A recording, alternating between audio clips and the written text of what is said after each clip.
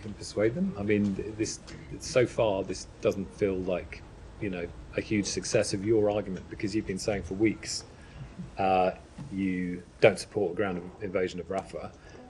The Israeli Prime Minister has been saying for weeks they will go in. So we will continue to make what we believe is the best case to Israel about actions that it should take in Rafah that won't just minimize civilian harm and prevent an unnecessary loss of life in a place where you have somewhere around 1.4 million civilians living today, but also would be in Israel's long-term security interests. And I think that's an important point, that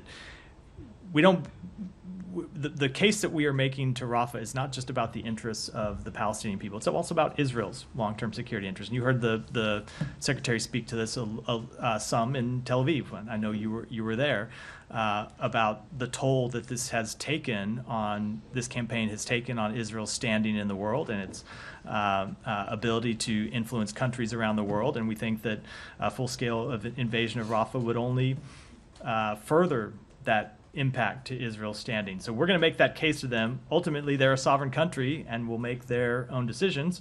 But we're going to make we will lay out to them the way we see it. Yeah, go ahead. And will this conversation also make clear what the U.S. will do if they go ahead with a full-scale invasion in response, or is this just laying out alternatives? So two things about that. One, with respect to the broader question, not tied directly to this meeting, I've gotten that before, and I'm just not going to speak to hypotheticals. We're going to take it one step at a time and not make any predictions about what will happen.